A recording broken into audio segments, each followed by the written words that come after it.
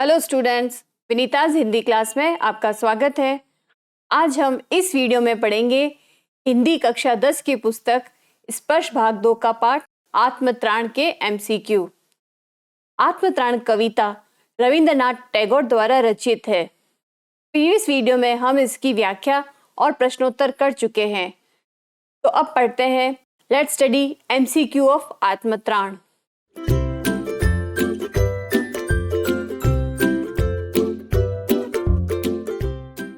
पहला प्रश्न है, कविता का केंद्रीय स्वर है। इसके 4 ऑप्शन है। प्रार्थना और अनुनय, दीनता और याचना, दया और करुणा या स्वाभिमान और आत्मविश्वास। इसका सही उत्तर है स्वाभिमान और आत्मविश्वास। नेक्स्ट है, कवि अपने ऊपर आए भार को किस प्रकार सहना चाहता है। तो इसके 4 ऑप्शन देखें। निश्चित होकर, निश्चल होकर, निर्भय होकर या किसी की सहायता के बिना। तो इसका सही उत्तर होगा निर्भय होकर। नेक्स्ट है, कवि को कौन सा पुरस्कार पहले भारतीय के रूप में मिला था। तो रविंद्रनाथ टैगोर को कौन सा पुरस्कार मिला था जिसमें वह पहले गैर यूरोपीय या पहले भारतीय थे। तो इसके 4 ऑप्शन है। नोबेल पुरस्कार, पद्म भूषण, पद्म विभूषण या उपरोक्त में से कोई नहीं। तो इसका सही उत्तर है नोबेल पुरस्कार। ये हमारे लिए बड़ी गर्व की बात है। अगला प्रश्न है, प्रस्तुत कविता में कवि विपत्ति में भी क्या नहीं पाना चाहता। तो इसके 4 ऑप्शन है। भय, दया, सहायता या धन दौलत। तो इसका सही उत्तर होगा भय। कवि विपत्ति में भी भय नहीं पाना चाहता है। अगला प्रश्न है, अनामय का अर्थ है स्वस्थ, हिम्मती, सहायक या बीमार। तो इसका सही ऑप्शन होगा स्वस्थ। अनामय से आशय है रोग रहित, निरोग या स्वस्थ। नेक्स्ट क्वेश्चन है, कवि जीवन में दुखों के आने पर किस पर संशय नहीं करना चाहता।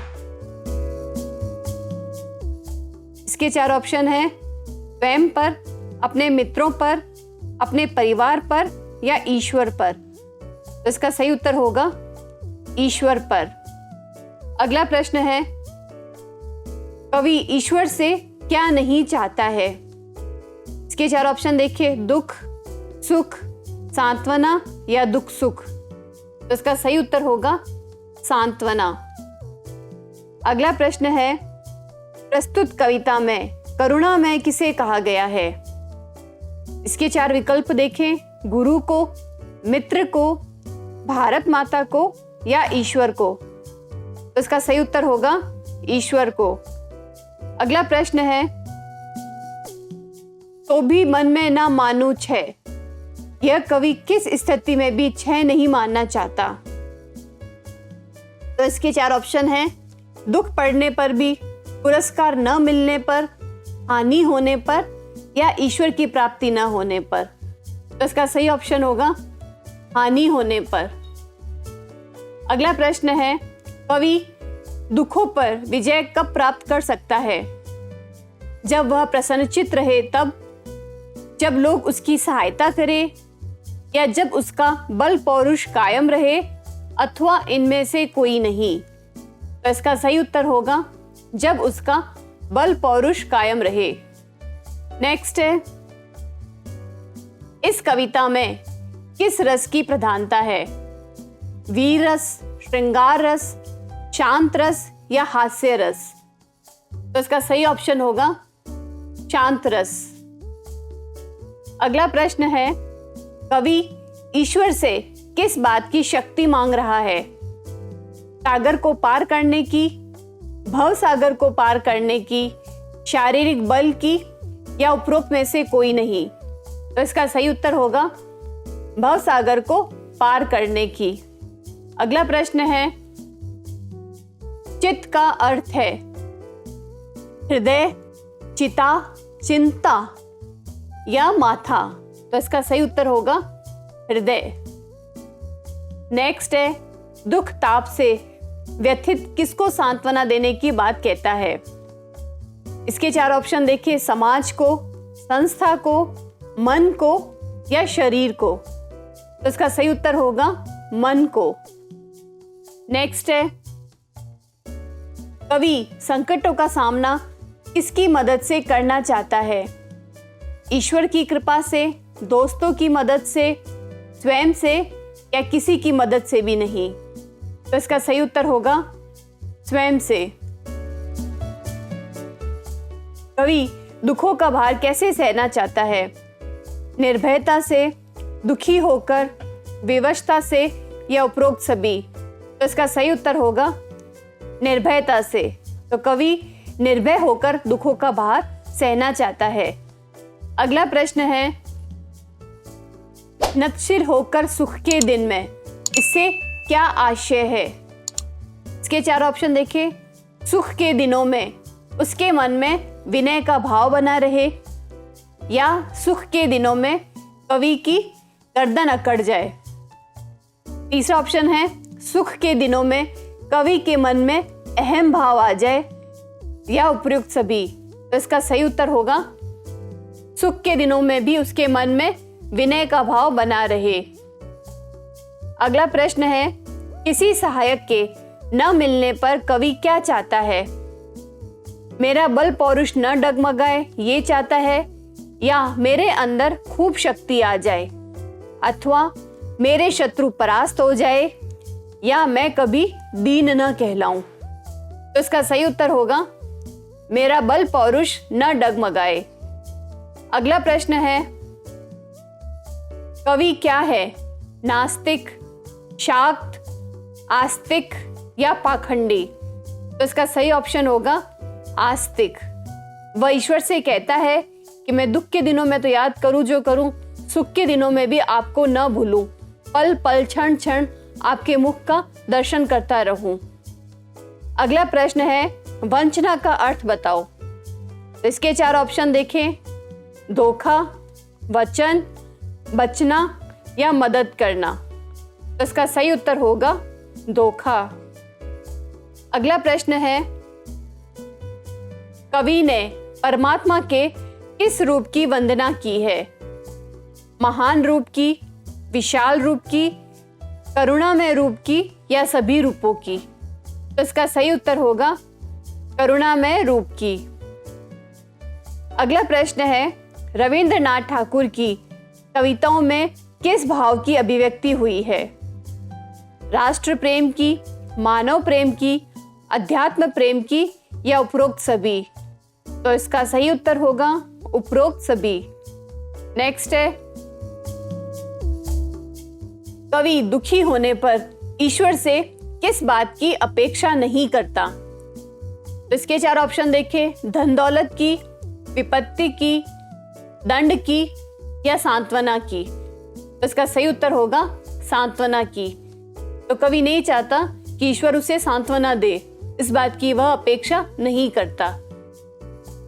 कवि सुख के दिनों में भी ईश्वर को प्रतिक्षण याद रखना चाहता है, क्योंकि वह ईश्वर का भक्त है, यह उसकी प्रतिज्ञा है। लोग प्राय सुखों में ईश्वर को भूल जाते हैं, या पहचान बनाए रखने के लिए यह जरूरी है। तो इसका सही उत्तर होगा लोग प्राय सुखों में ईश्वर को भूल जाते हैं। अगला प्रश्न है, दुखों से घिर जाने और लोगों से ठगे जाने पर कवि क्या चाहता है? इसके 4 ऑप्शन देखें, कवि का ईश्वर पर विश्वास डगमगा जाता है, या कवि ईश्वर पर संदेह नहीं करना चाहता, अथवा कवि ईश्वर की करुणा चाहता है, या कवि अनामय रहना चाहता है, निरोग रहना चाहता है। तो इसका सही उत्तर होगा कवि ईश्वर पर संदेह नहीं करना चाहता। अगला प्रश्न है, कवि संसार में हानि उठाने और धोखा खाने पर भी मन में क्या नहीं मानना चाहता?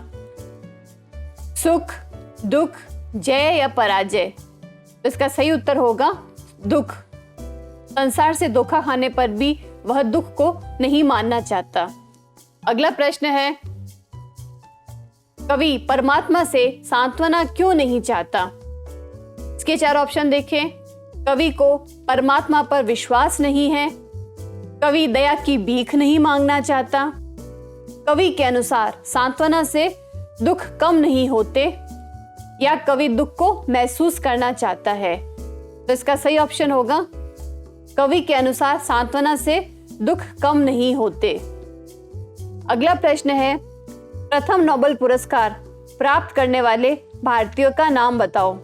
तो इसके 4 ऑप्शन हैं। रविंद्रनाथ ठाकुर, सुभाष चंद्र बोस, सुमित्रा नंदन पंत या भारतेंदु हरिश्चंद्र। तो इसका सही उत्तर होगा रविंद्रनाथ ठाकुर। अगला प्रश्न है, ये कविता मूल रूप से किस भाषा में लिखी गई थी। इसके 4 ऑप्शन देखें। उर्दू में, फारसी में, बांग्ला भाषा में या उर्दू फारसी दोनों में। तो इसका सही उत्तर होगा बांग्ला भाषा में, क्योंकि ये रविंद्रनाथ टैगोर द्वारा रचित है और उनको बांग्ला भाषा का ही अधिक ज्ञान था।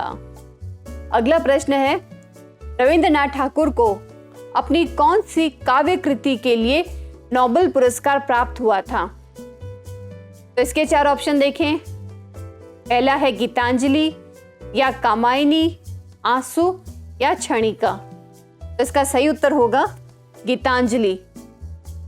अगला प्रश्न है, मेरा त्राण करो का क्या आशय है। इसके ऑप्शन देखें। आश्रय देना, बचाव करना, उद्धार करना या तीनों ही सही है। तो इसका सही उत्तर होगा तीनों ही सही है।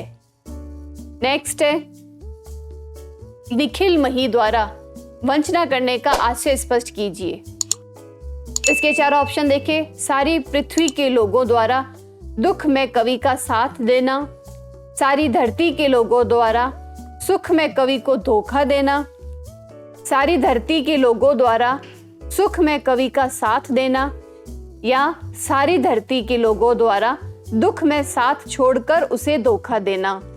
तो इसका सही उत्तर यही होगा, सारी धरती के लोगों द्वारा दुख में भी साथ छोड़कर उसे धोखा देना। नेक्स्ट है, रविंद्रनाथ की काव्य भाषा की विशेषताएं क्या है। तो इसके 4 ऑप्शन देखें।